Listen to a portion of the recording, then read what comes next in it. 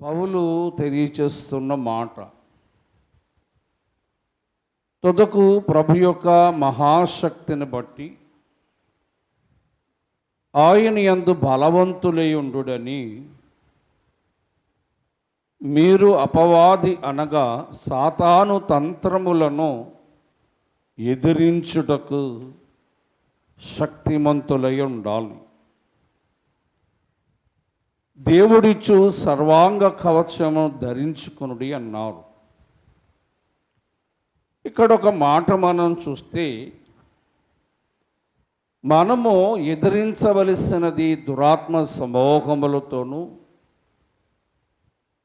ఆకాశ మండలములో ఉన్న దురాత్మ సమూహములను మనం ఎదిరించాలని, పోరాడాలని దేవుడు తన వాక్యములో సెలవిచ్చాడు. స్నేహితులారా, మరి సాతానుడు లేదా అపవాది లేదా శోధకుడు అని పిలువబడతాడు. ఈ సాతానును ఎదిరించడానికి మానవ శక్తి సరిపడదు కనుక సాతానును ఎదిరించుటకు దైవశక్తి అవసరము గనుక మరి మనము సాతానును ఎలా ఎదిరించాలి? మనం సాతానును ఎలా ఎదిరిస్తే వాడు మన యొద్ద నుంచి పారిపోతాడు? చాలామంది సాతానుకు భయపడుతూ ఉంటారు, సాతాను కార్యములకు భయపడుతూ ఉంటారు, సాతానుడు బలహీనపరిచినప్పుడు భయపడుతూ ఉంటారు. కనుక దేవుని వాక్యములో మీరు శత్రువుకు సాతానుని ఎదిరించాలి అని పౌలు ఎఫెసీ సంఘముతో తెలియజేశాడు.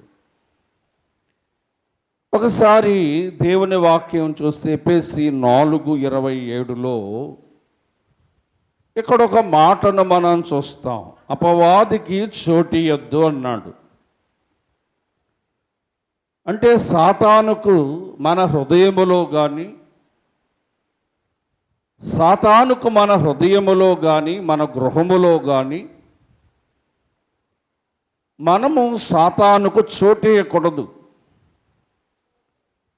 ఎప్పుడైతే సాతానుకు మనం చోటిస్తామో సాతాను మనలను శోధించుట ప్రారంభిస్తాడు. సహోదరులారా,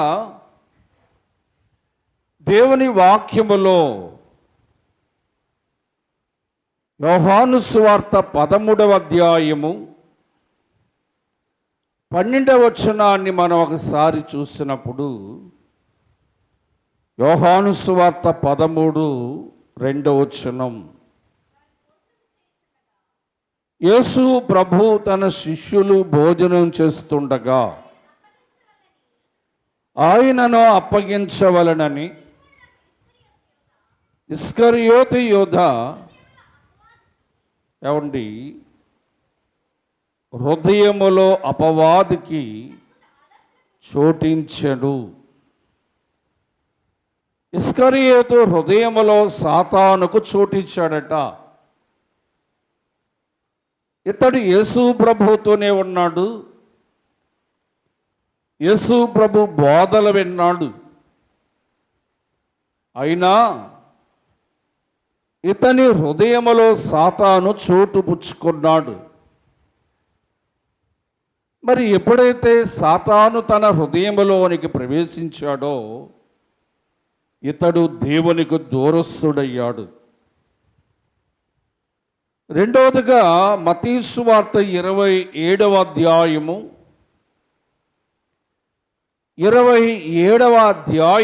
5వ వచనాన్ని మనం చూస్తే, ఇస్కరియోతు యూదా ప్రభు నమ్మిన వెండి నాణములు దేవాలయములో పడవేసి ఉరిపెట్టుకొని చనిపోయెను. సాతానుకు హృదయములో చోటిచ్చిన ఇస్కరియోతు యూదా ఏమయ్యాడు? వాక్యం వింటున్నారమ్మా? పడుకుంటున్నారా? ఇస్కరియోతు యోధ హృదయములో చోటిచ్చాడు.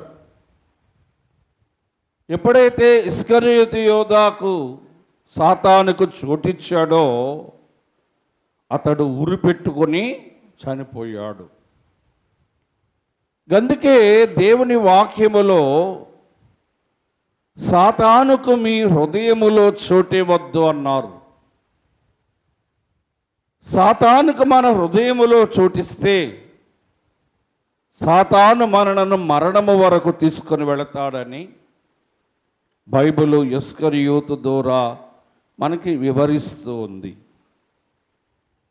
మరి మన హృదయములో ఎవరికి చోటు ఇవ్వాలి అంటే లూకాసు వార్త 19వ అధ్యాయము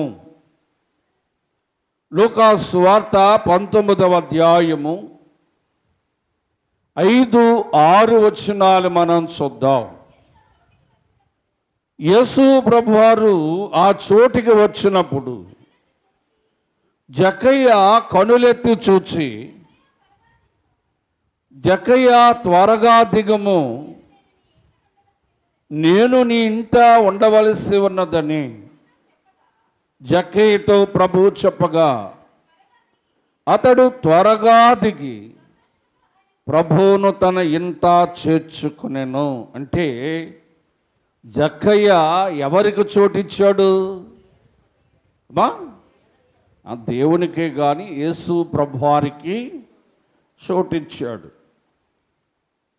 యేసు ప్రభువారు వెళుతున్న మార్గములో జక్కయ్య అనే మనుషుడు చెట్టు మీద ఉన్నాడంట. యేసు ప్రభువారు కనులెత్తి చూశారు. కనులెత్తి చూడగానే జక్కయ్య త్వరగా దిగుము, నేడు నీ ఇంట నాకు చోటు కావాలి అని అడిగారు. వెంటనే జక్కయ్య కాదు అనలేదు, లేదు అనలేదు, కానీ ప్రభువును చేర్చుకున్నాడు. ప్రభువును తన ఇంటిలో చోటిచ్చాడు. ప్రభువుకు తన హృదయములో చోటిచ్చాడు. ప్రభువుకు తన కుటుంబములో చోటిచ్చాడు.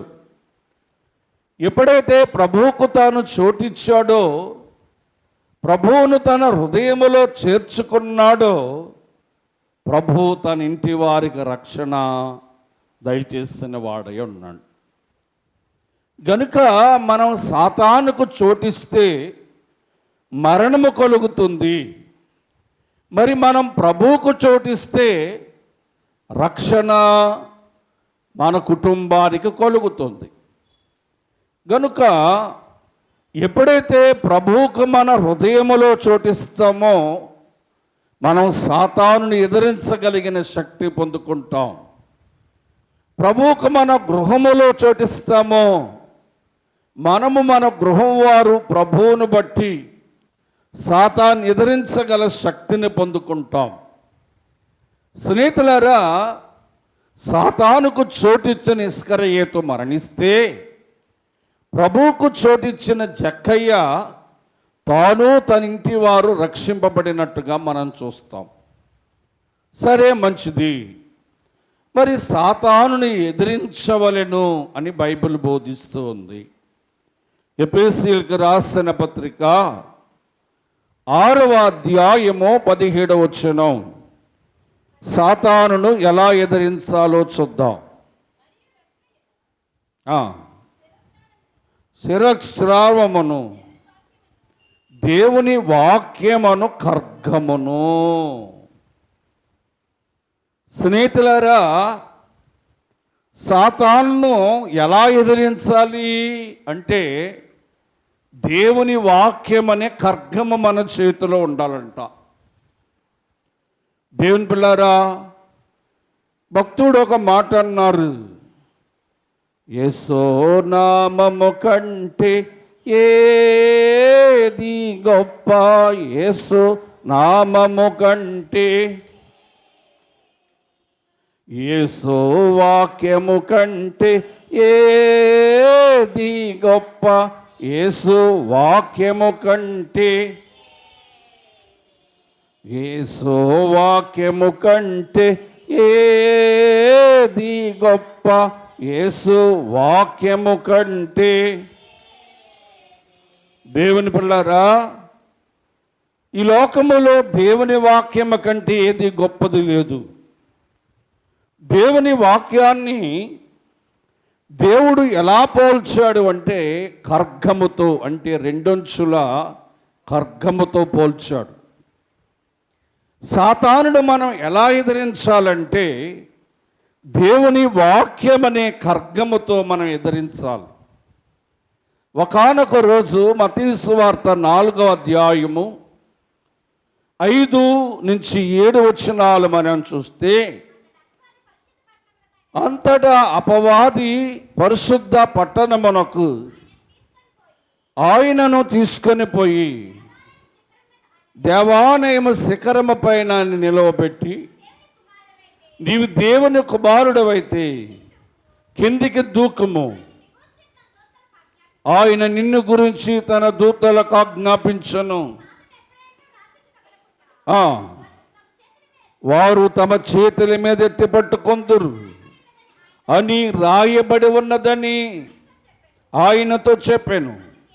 అందుకు యేసు, ప్రభు అయిన నీ దేవుని నువ్వు శోధింపవలదని మరొక చోట రాయబడి ఉన్నదని మీకు తెలియదా అన్నాడు. సాతాను ప్రభు దగ్గరకు వచ్చారు ఈ మత్తయి సువార్త 4వ అధ్యాయంలో. వచ్చినప్పుడు సాతాను ప్రభువును శోధిస్తున్నాడు. ఎవరంటే, నీవు దేవుని కుమారుడు కదా, కిందికి దూకే, నీ కాళ్ళు రాళ్లకు తగలకుండా దేవదూతలు ఎట్టిపట్టుకుంటారని వాక్యములో ఉంది కదా అని చెప్పాడు. అప్పుడు యేసు ప్రభువారు అన్నాడు, నీ దేవుని శోధింపబలదని మరొక చోట రాయబడి ఉన్నదని నీకు తెలియదా అని అడిగాడు. అంటే యేసు ప్రభువారు సాతానును ఎలా ఎదిరించారంటే వాక్యము ద్వారా ఎదిరించారు. స్నేహితులారా, యేసు ప్రభువు వారి దగ్గరకు వచ్చిన సాతానును యేసు ప్రభువారు ఎలా ఎదిరించారంటే, వారు వాక్యాన్ని ఎత్తిపట్టుకొని వాక్యములో ఉన్న అంశాలను తెలియజేస్తూ సాతాన్ని ఎదిరించారు. ఇది సాతాన్ని ఎదిరిస్తున్నాడు. 10వ వచనములో 4వ అధ్యాయం 10వ వచనములో సాతానా పొమ్మనగానే అక్కడి నుంచి సాతాను పోయింది. అంటే దేవుని పిల్లలైన మనము దేవుని వాక్యం అనే ఖడ్గమును చేతపట్టుకొని, దేవుని వాక్యం అనే ఖడ్గమును చేతపట్టుకొని దేవుని వాక్యములున్న అంశముల ద్వారా, దేవుని వాక్యములున్న జీవ రాత ద్వారా సాతానుని ఎదిరించగల సామర్థ్యము విశ్వాసకు ఉంది. దేవుని పిల్లరా, మరి దేవుని వాక్యం ఇవాళ ఎంతమంది చదువుతున్నాం? దేవుని వాక్యాన్ని ఎంతమంది పఠిస్తూ ఉన్నాం? దేవుని వాక్యాన్ని ఎంతమంది ధ్యానం చేస్తున్నాం? ఇవాళ కొందరు చేతుల్లో దేవుని వాక్యమే లేదు. దేవుని వాక్యం అంటే సెల్ల కాదు. దేవుని వాక్యం అంటే, దేవుని పిల్లారా, దైవ గ్రంథం, పరిశుద్ధ గ్రంథం నీ చేతిలో ఉండాలి. అప్పుడే నీవు సాతాన్ని ఎదిరించగలుగుతావు. దేవుని వాక్యములు అంటున్నాడు రోమాపత్రిక, మనం ఒకసారి చూస్తే 10వ అధ్యాయము 8వ వచనములో, దేవుని వాక్యము నీ చేతిలో ఉండాలి, దేవుని వాక్యము నీ నోటిలో ఉండాలి, దేవుని వాక్యము నీ హృదయములో ఉండాలి. ఏమండి, దేవుని వాక్యం అనే గ్రంథం ఎక్కడ ఉండాలంట? నీ చేతిలో ఉండాలి.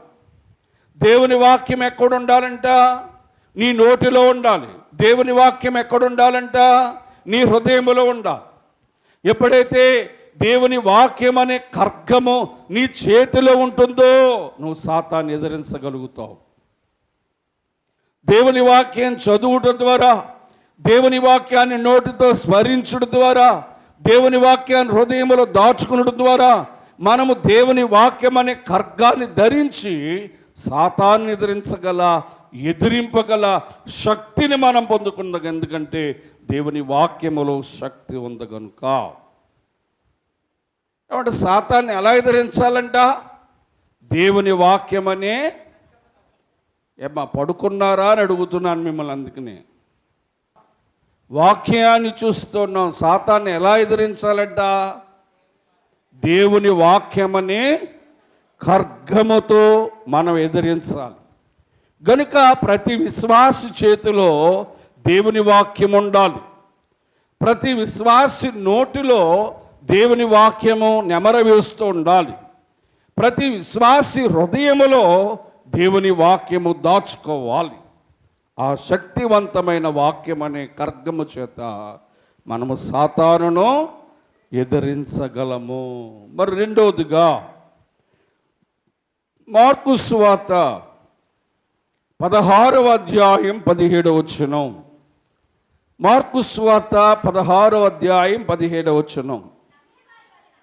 నమ్మిన వారి వలన ఈ సూచక క్రియలు కనబడెను. అవేమనగా, నా నామమున మీరు దయ్యములను వెళ్ళగొట్టెదరు. దేవుని స్తోత్రం. ఇక సాతాన్ని ఎలా ఎదిరించగలమంటే దేవుని నామమును బట్టి. ఏమ్మా చెప్పండి, ఎలాగంట? దేవుని నామం. ఇక్కడ యేసు ప్రభువారు అన్నారు, నా నామమున మీరు దయ్యములను వెళ్ళగొట్టెదరు. ఏమండి, యేసు ప్రభు నామమున దయ్యాలను వెళ్ళగొడతారట. చూద్దాం అపోస్తుల కార్యగ్రంథం ఒకసారి చూడండి. అపోస్తుల కార్యగ్రంథం దేవుని పిల్లరా 16 అధ్యాయం 16, 18 వచనాలు. త్వరగా. పౌలు ప్రార్థనా స్థలానికి వెళ్ళుచుండగా దయ్యము పట్టిన ఒక చిన్నది సోది చెప్పుట ద్వారా ఆమె తన యజమానుడికి బహు లాభము సంపాదించుచున్న ద్వారా ఒక చిన్నది మాకు ఎదురుగా వచ్చెను. పౌలును నన్నును వెంబడించి, ఈ మనుషులు సర్వోన్నతుడైన దేవుని దాసులు, వీరు రక్షణ మార్గం ప్రచురించు వారై ఉన్నారని ఆమె ఇలాగున అనేక దినములు చేయుచుండగా పౌలు వ్యాకులపడి ఆమె వైపు తిరిగి, ఈమెను వదిలిపమ్మని. ఏమండి, ఏ నామం? అందరూ చెప్పాలి, ఏ నామం? యేసు ప్రభు నామమున దయ్యాన్ని వదిలిపమ్మని ఆజ్ఞాపించుచున్నాననగా అంటనే అది వానిని వదిలిపోయాను. దేవుని స్తోత్రం. యేసు ప్రభు వారి యొక్క సువార్త చేస్తున్న పౌలు ఒకరోజు ఒక పట్టణానికి వెళ్ళినప్పుడు ఆ పట్టణములో ఒక చిన్న పిల్ల సోది చెప్తుందంట.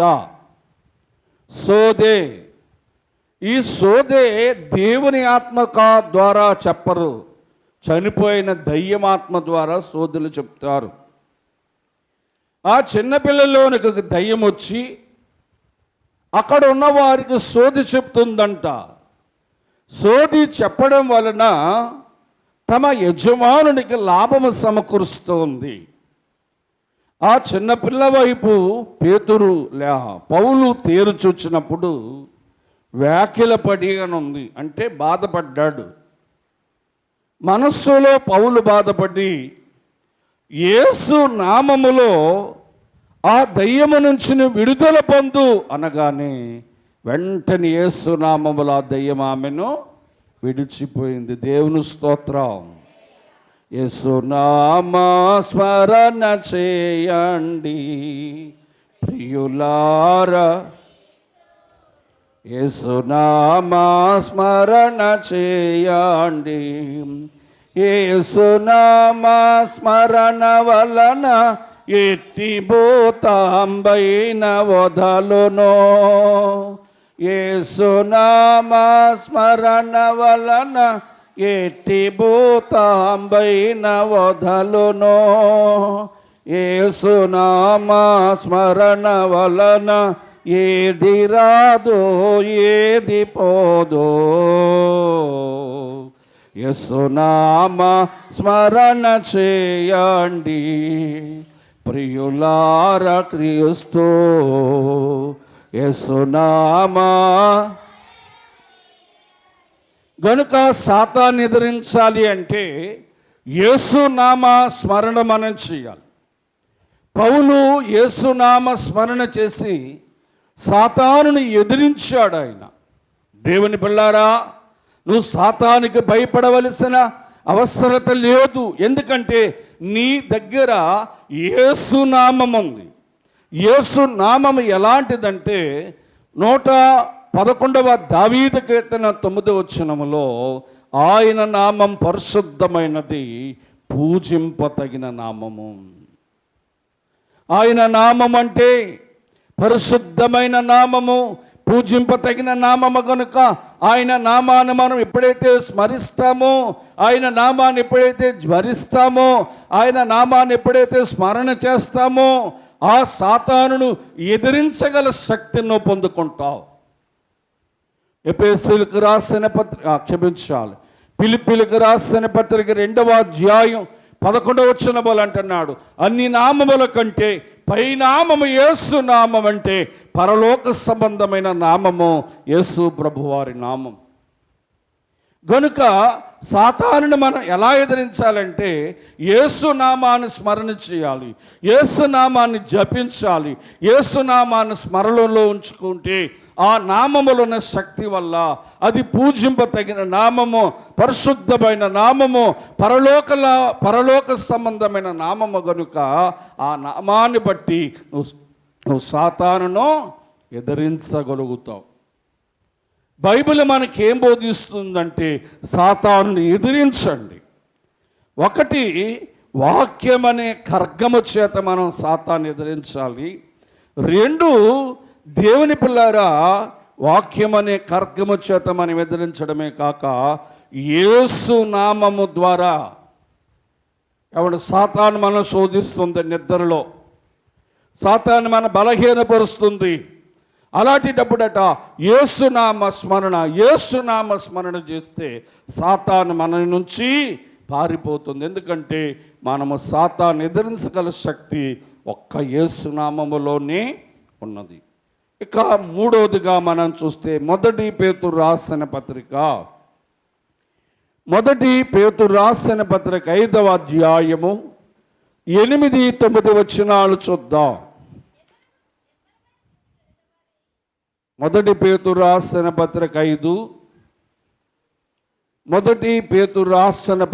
5వ అధ్యాయము 8, 9 వచనాలు చదవండి. నిబ్బరమైన బుద్ధి గలవారి మెలకువగా ఉండుడి. ఏమండి వినాలి, మీ విరోధి అయిన అపవాది గర్జించు సింహము వలె ఎవరిని మృంగుదునా. ఏమండి విన్నారా? సాతానంట ఎవరిని మింగేద్దామా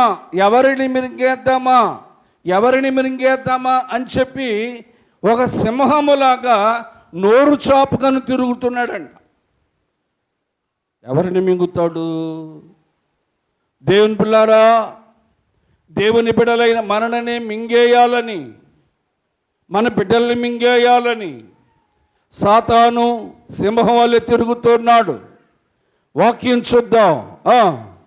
లోకమందు మీ సహోదరులందరూ ఈ విధమైన శ్రమలను నెరవేర్చు వరకు విశ్వాసమందు స్థిరులై వారిని ఎదిరించండి.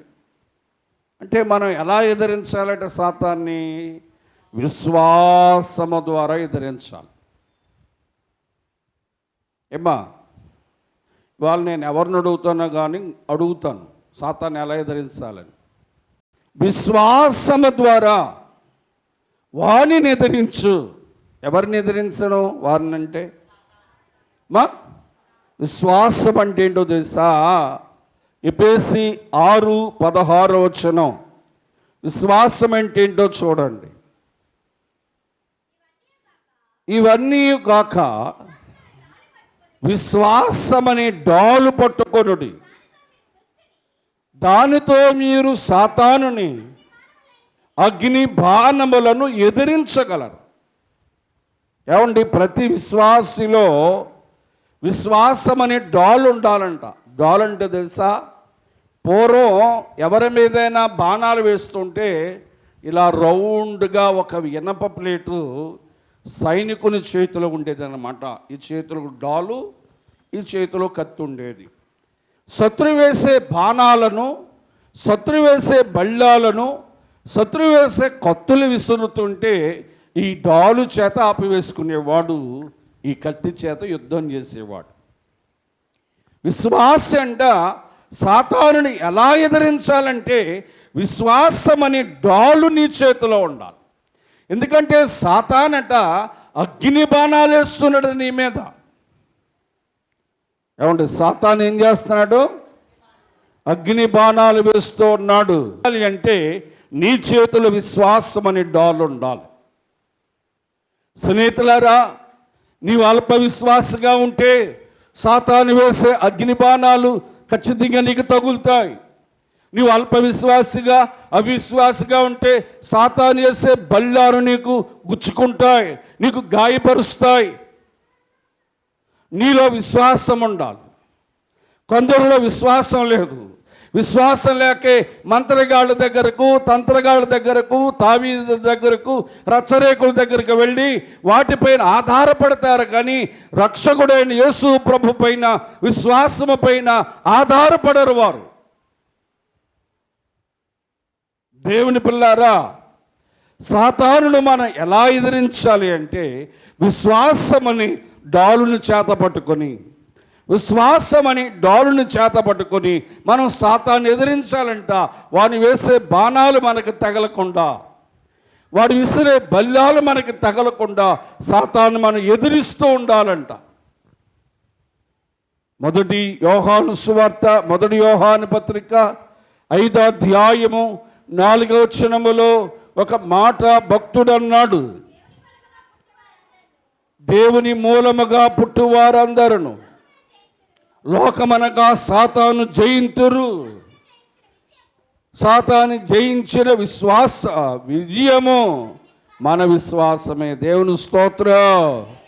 లోకము అంటే లోకము సాతానుదే గనక ఈ లోకాన్ని, లోక కార్యాలను, లోక అధికారిని సాతాను మనం ఎలా ఎదిరించగలమంటే మన విశ్వాసము ద్వారా ఎదిరించి మనము జయము పొందుకుంటాం. చెప్పండి, మొదటిది ఏంటి? ప్రవళిక నువ్వు మాట్లాడద్దు. మొదటిది ఏంటి? భయపడుతున్నాడో విశ్వాస అయితే భయపడక్కర్లేదు. ఎందుకంటే విశ్వాసి చేతిలో వాక్యమనే ఖడ్గం ఉండాలి, యేసు నామ స్మరణ ఉండాలి, విశ్వాసం అనే డాలు ఉండాలి మనం సాతాన్ని ఎదిరించడానికి. ఇక 4వది మనం చూసాం. 5వది ఏందో చూద్దాం. మార్కు సువార్త 9వ అధ్యాయం. మార్కు సువార్త 9వ అధ్యాయం సాతాన్ని ఎలా ఎదిరించాలో ప్రభు చెప్తున్నాడు. మార్కు సువార్త 9వ అధ్యాయం 28, 29 వచనాలు. ఆయన ఇంటిలోనికి వెళ్ళిన తర్వాత ఆయన శిష్యులు, మేమెందుకు ఆ సాతాను వెళ్ళగొట్టలేకపోయాం? అందుకని ఆయనను అడిగిరి. అందుకని ఆయన ప్రార్థన వలననే కానీ మరి దేని వలన ఈ విధమైనది వెడలిపోదు. దేవుని స్తోత్రం, దేవుని స్తోత్రం. అంటే సాతాన్ని మనం ఎలా ఎదిరించాలంట? యేసు ప్రభు శిష్యులు ఒక దెయ్యం పట్టిన, సాతాను పట్టిన మనిషిని తీసుకొచ్చారు. ఓ తండ్రి తీసుకొచ్చాడు. యేసు ప్రభు శిష్యులట, చెప్పండి ఆ సాతానును వెళ్ళగొట్టలేకపోయారు, ఎదిరించలేకపోయారు. అప్పుడు యేసు ప్రభువారు వచ్చాడు. యేసు ప్రభువారు వచ్చి వానిలో ఉన్న దయ్యాన్ని, సాతాను, ఆ పిల్లవాళ్ళు ఉన్న సాతాన్ని వెళ్ళగొట్టాడు.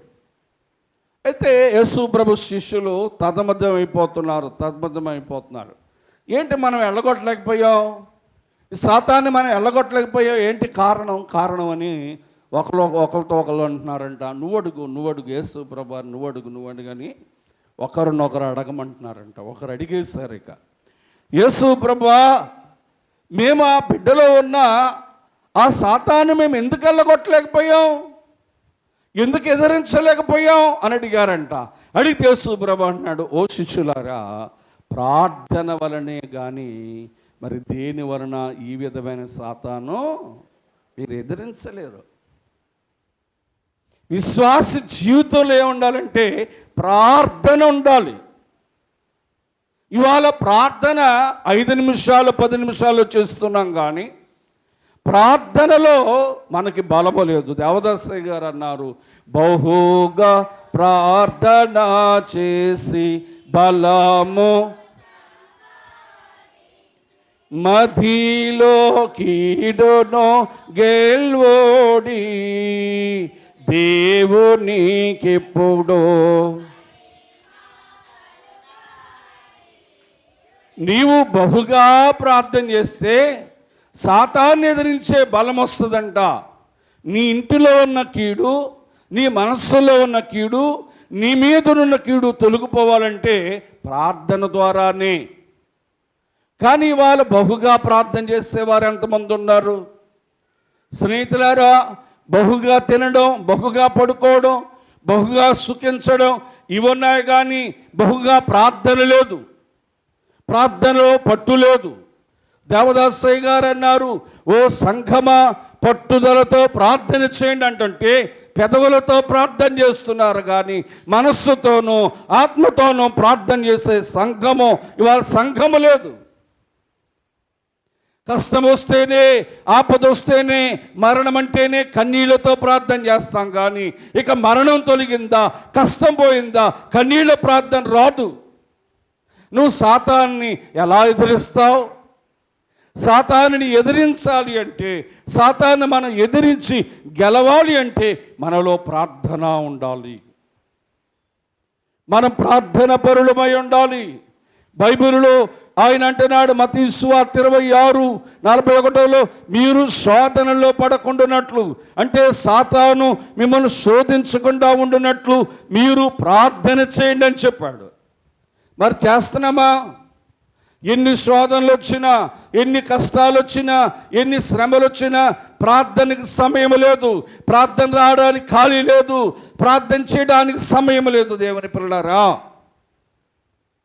కనుక బైబిల్లో మిఖా గ్రంథం 7:7 ప్రభు అన్నాడు, నా ప్రార్థన ఆలకించువాడా. దేవుని స్తోత్రం, దేవుని స్తోత్రం. నీ ఎప్పుడు ప్రార్థన చేస్తావా? ఆయన ప్రార్థన ఆలకించాలని చూస్తూ ఉన్నాడు. ఏ సమయంలో ప్రార్థన చేస్తావా? ఏ అంశం కొరకు ప్రార్థన చేస్తావా?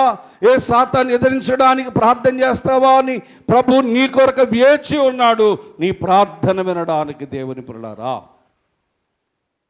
కనుక సాతాన్ని ఎదిరించాలంటే వాక్యం అనే ఖడ్గం ఉండాలి.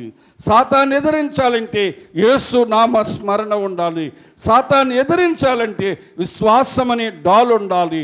సాతాన్ని ఎదిరించాలంటే పట్టుదలతో ప్రార్థన ఉండాలి, పట్టుదలతో ప్రార్థన ఉండాలి. ఇక 5వదిగా మనం చూస్తే యాకోబు రాసిన పత్రిక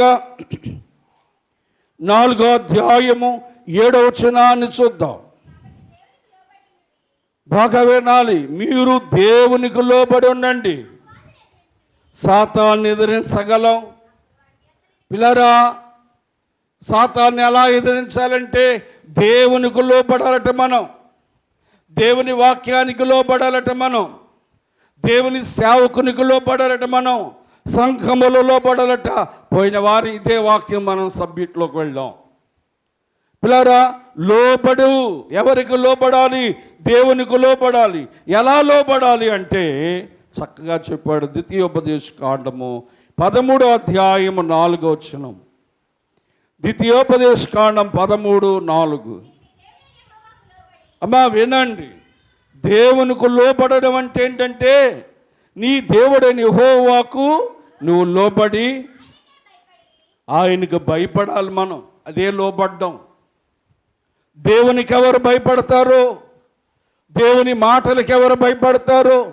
దేవుని వాక్యానికి ఎవరు భయపడతారు? వారే లోబడినట్టు. రెండవదిగా ఆయన ఆజ్ఞలను అనుసరించాలట. దేవుని ఆజ్ఞలు ఏంటంటే నిన్ను వలె నీ పొరుగు వారిని ప్రేమించు అనే ఆజ్ఞకు నువ్వు అనుసరించాలి. అదే నీవు లోబడ్డం. మూడవదిగా ఆయన మాట వినాలంట. ఎంతమంది దేవుని మాట వింటున్నాం? ఎంతమంది దేవుని మాట ప్రకారం చేస్తున్నాం? లాల్ చెప్పినట్టు వీళ్ళు చెప్పినట్టు చేస్తాం. కానీ ఏమా గృహప్రవేశం అంటే మామిడాకులు కట్టాలంటాడు ఎవడో. చేస్తున్నావు కానీ దేవుడు చెప్పినట్టు చేస్తున్నావా? దేవుని మాట ప్రకారం చేస్తున్నావా? ఏమండి ఏమా ఆలోచించు. దేవునికి లోబడడం అంటే ఏంటంటే దేవునికి భయపడాలి, దేవుని ఆజ్ఞకు విధేయులుగా ఉండాలి. మూడవదిగా ఆయన మాట వినాలి, ఆయననే సేవించాలట. ఆయనకు లోబడడం అంటే. దేవుని స్తోత్రం. ఇవాళ ఎంతమంది సేవించే సమయంలో ఉన్నారు? సేవించడం, ఆయన మాట వినడం, ఆయన సేవించడం, ఆయనను హత్తుకొని ఉండడం, ఇవే రాశాడు. ఆయన లోబడ్డం అంటే దేవునికి లోబడితేనే మనం ఎవరిని ఎదిరించగలమంట? సాతాన్ని ఎదిరించగలమంట. మరి నువ్వు దేవునికి లోబడకుండా, దేవుని వాక్యానికి లోబడకుండా, దేవుని సేవకుని మాటకు లోబడకుండా నా ఇష్టానుసారమైన జీవితం నేను కలిగి ఉంటానంటే నువ్వు సాతాన్ని ఎలా ఎదిరించగలవు? సాతాన్ని ఎదిరించాలి అంటే, సాతాన్ని మనం బెదిరించాలి అంటే, సాతాన్ని మనం తరిమివేయాలంటే మనము దేవునికే లోబడాలంట. ఎవరికి లోబడాలి? ఆదివారం రాగానే అమ్మ బాబోయ్ ఆరాధన టైం అయిపోతుందని త్వరగా మన పనులన్నీ ప్రక్కన పెట్టి గబగబా శరీర స్నానం ఆచరించి వస్త్రాలు ధరించి బైబిల్ పట్టుకొని పరిగెట్టుకుంటూ రావాలి. నువ్వు దేవుని విషయంలో ఎంత త్వరపడతావో దేవుని జీవితంలో కార్యం చేయడానికి అంత త్వరపడతాడు. నువ్వు ఎంత ఆలస్యంగా ఉంటావో నీ జీవితంలో కార్యాలు అంత ఆలస్యం అయిపోతాయి.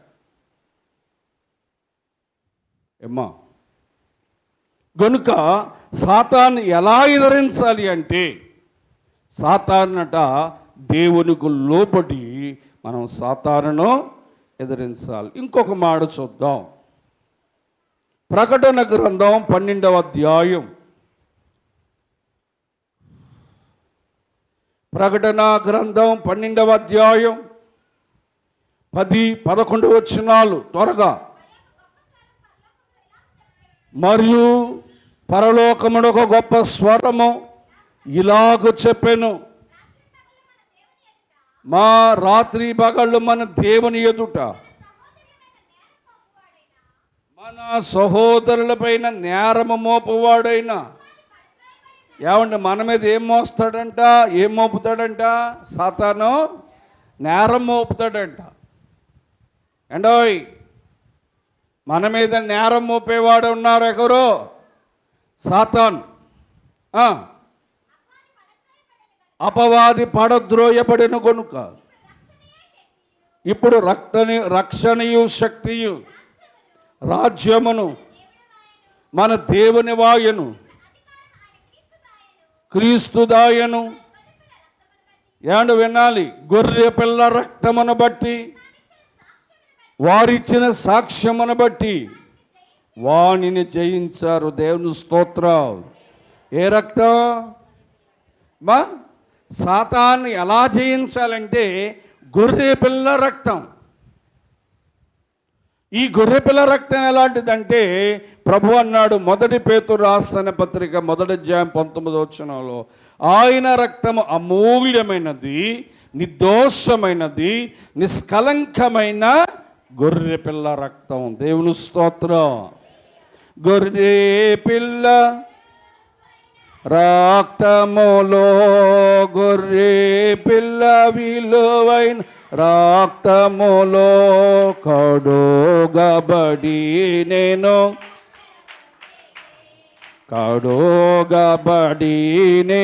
రక్షణ పొంది నా సంకటములన్నీయు తీరిపోయి సంహార గొర్రె పిల్ల విలువైన రక్తములో రక్తములో కడుగబడి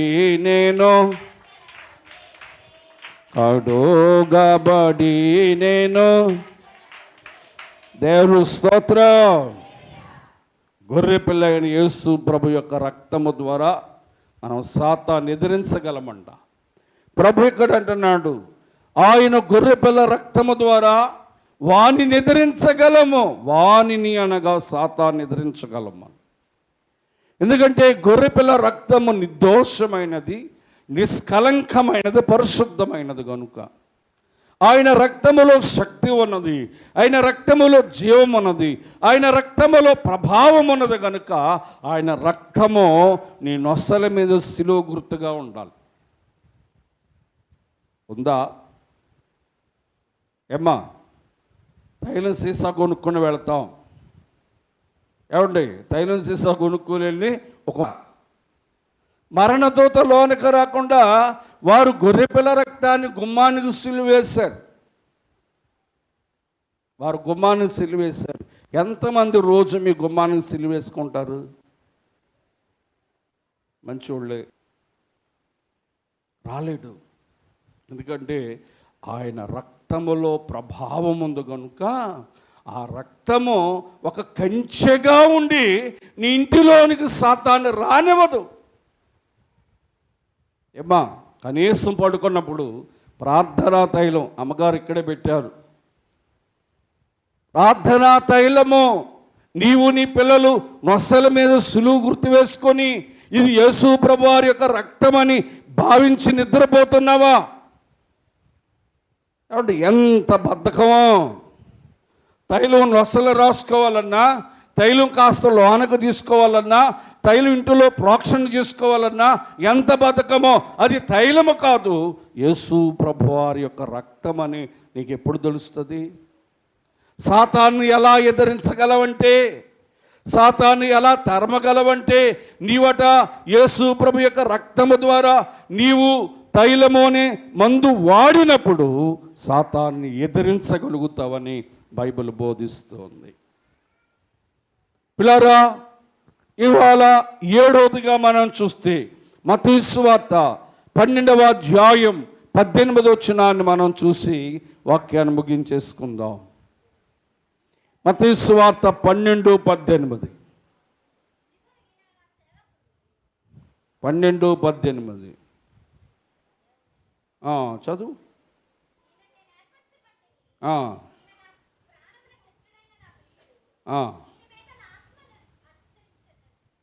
12:18 అది ఉందా?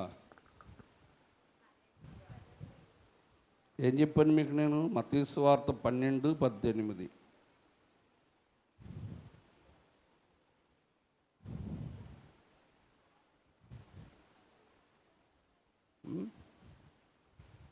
సరే, ఇప్పుడు యేసుక్రీస్తు ప్రభువారట ఆయన దేవుని ఆత్మ ద్వారా 18 కాదండి 28 చదవండి. 12:28.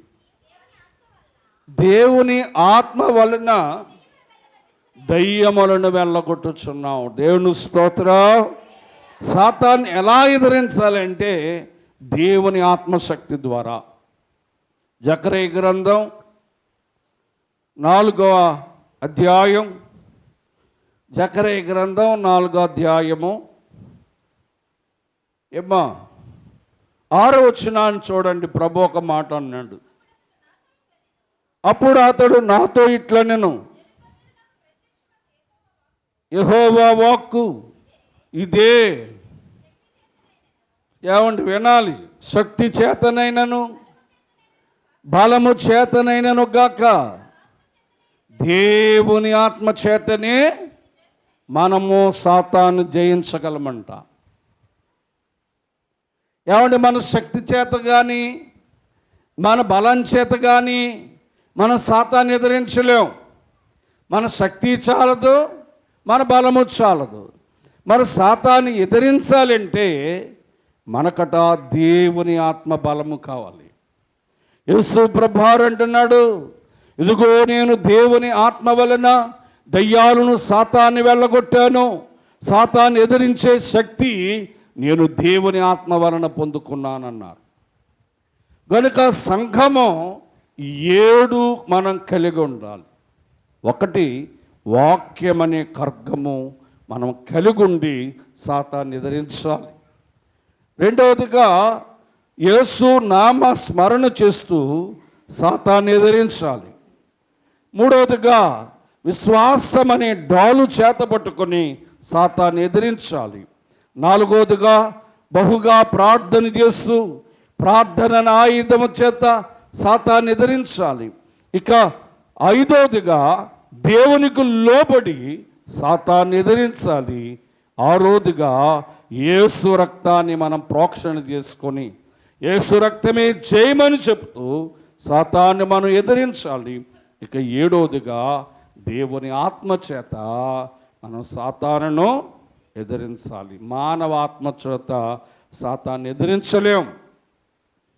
మానవ ఆత్మ చేత సాతాన్ని ఎదిరించలేం.